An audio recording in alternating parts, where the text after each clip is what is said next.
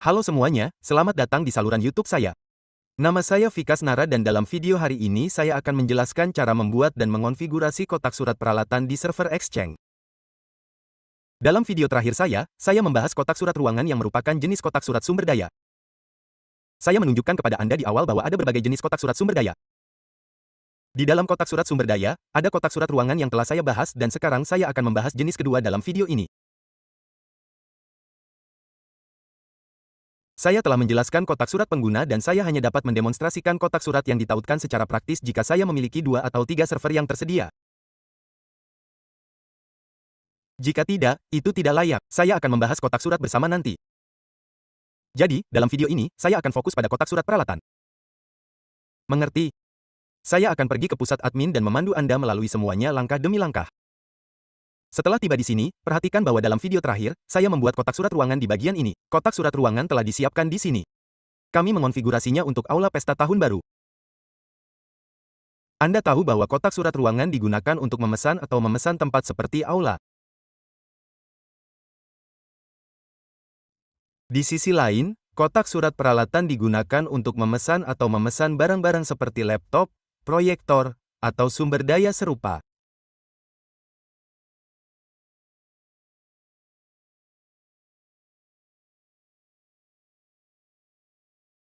Itulah tujuannya. Anda juga dapat menemukan definisinya di sini. Lihat, Anda perlu mengeklik tanda tambah lalu pilih opsi ini. Definisinya juga ditampilkan di sini. Kotak surat peralatan adalah kotak surat sumber daya yang ditetapkan untuk barang-barang seperti laptop, proyektor, atau mobil perusahaan. Jadi, kotak surat ini digunakan untuk memesan atau memesan jenis sumber daya ini. Mengerti, kotak surat ini menangani permintaan pemesanan. Baiklah. Untuk itu, Anda perlu memasukkan nama peralatan di sini. Jadi, saya akan memasukkan laptop di sini. Oke. Saya juga akan menggunakan laptop di sini. Lalu saya akan memilih pengguna dan unit organisasi. Anda juga dapat membuka opsi lainnya dan memilih basis data. Jadi saya akan memilih DB1.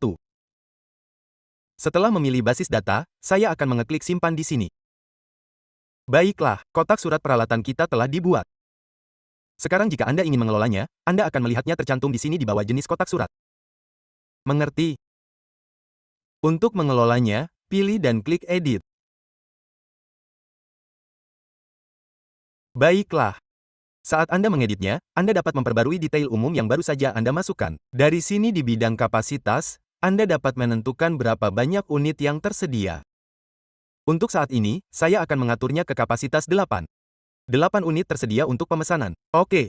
Jadi, saya telah mengatur kapasitas di sini. Anda juga dapat memilih untuk menyembunyikannya dari daftar alamat. Saya telah menjelaskan daftar alamat dalam video sebelumnya. Anda dapat menonton video itu dengan mengklik tombol I di sini. Anda dapat menambahkan detail formal tambahan yang Anda miliki. Berikutnya, kita memiliki bagian delegasi pemesanan. Di sini Anda dapat mengaturnya sehingga ketika seseorang membuat pemesanan, pengguna yang ditunjuk mendapat opsi untuk menerima atau menolaknya. Jika opsi ini dicentang, permintaan pemesanan akan ditolak secara otomatis. Jika Anda memilih opsi di bawah ini, Anda dapat menetapkan pengguna di sini.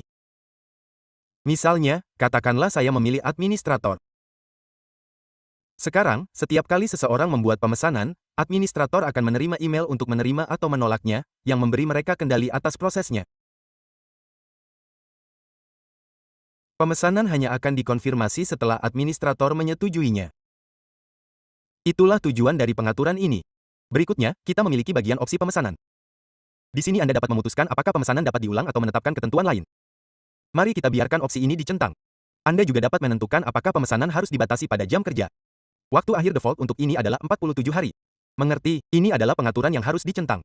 Selalu tolak jika tanggal akhir melebihi batas ini. Biarkan ini juga dicentang. Apa artinya ini? Saat Anda mengarahkan kursor ke atasnya, penjelasan terperinci akan muncul. Baiklah, jadi pastikan untuk membaca ini. Di sini Anda dapat memesan hingga 180 hari sebelumnya. Anda dapat menambah atau mengurangi batas ini di sini juga. Misalnya, atur menjadi 2 hari, 10 hari, atau durasi maksimum 24 jam. Di sini Anda dapat menambahkan pesan seperti silakan kembalikan barang setelah pemesanan. Terima kasih telah memesan. Oke, Anda dapat memasukkan informasi kontak di sini. Sekarang mari beralih ke bagian alamat email. Alih-alih laptop, Anda dapat membuat ide email khusus seperti penawaran tahun baru. Saya juga telah membuat video terpisah tentang ini. Jadi, alias email tambahan apapun yang Anda buat di sini akan diteruskan ke kotak surat utama ini. Tunggu, saya akan membatalkan perubahan ini. Semua email akan masuk ke kotak surat laptop.